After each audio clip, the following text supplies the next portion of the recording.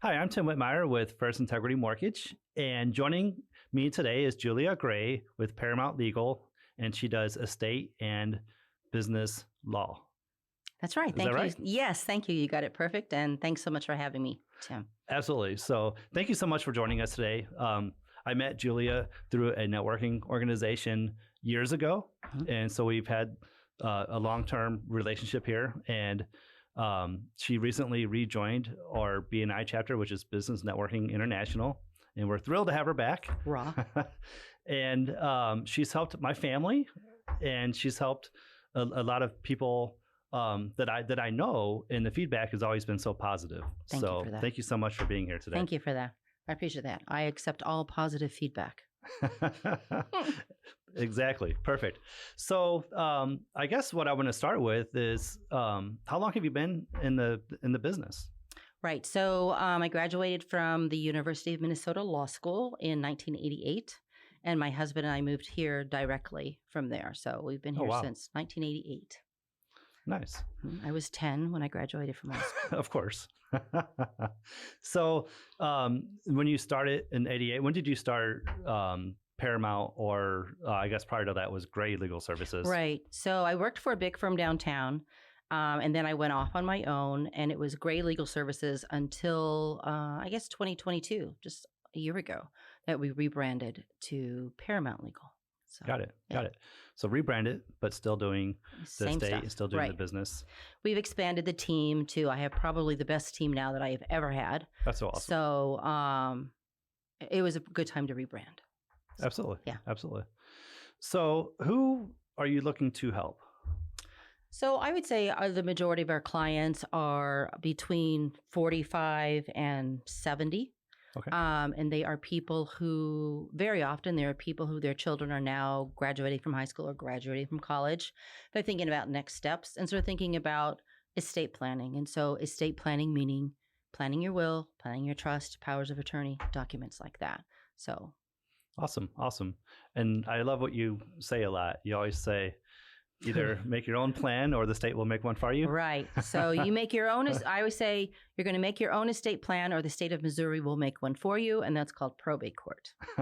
So probate court, you lose control. You may lose control of who gets what and at what time. If you do an estate plan, a good comprehensive estate plan, you can control who gets your property, who controls your property if you become disabled.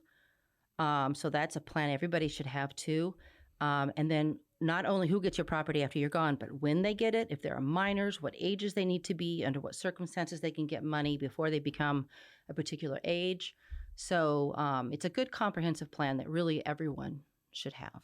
So if you're proactive and you do this, you're controlling all the terms, and it's so much more. I don't know what the right word for it is, but so much more in tune with what you want and what your situation is. Right. And you're in total control. Right. So with the estate plans that we write, you are totally in control of all of your property during your lifetime.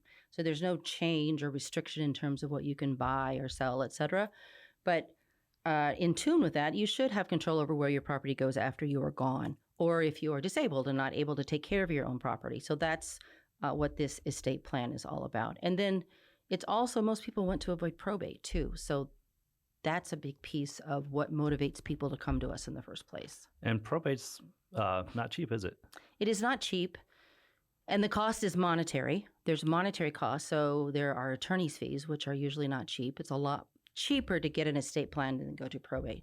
But I like to say also that probate is expensive in the cost that it can wreak on families. Yes. In other words, when someone dies, it's always a process, grieving. If you are grieving while dealing with probate, I feel that it stretches out that grieving process unnecessarily for families and can result in extra layers of stress on a family when that's the last thing that they need. So avoiding probate is good for lots of reasons. It's also public. Probate is public.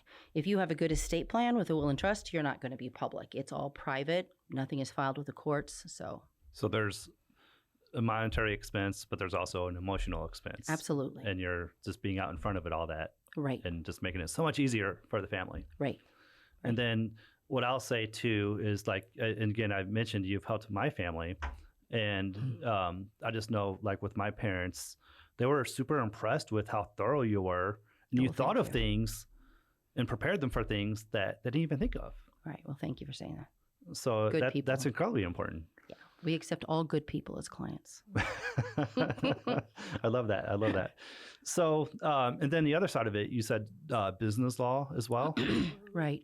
So many of our clients come to us as business clients, but very often when they come for estate planning, they have their own family business. Mm-hmm. And so you need to plan for what's going to happen to that business after you are gone too.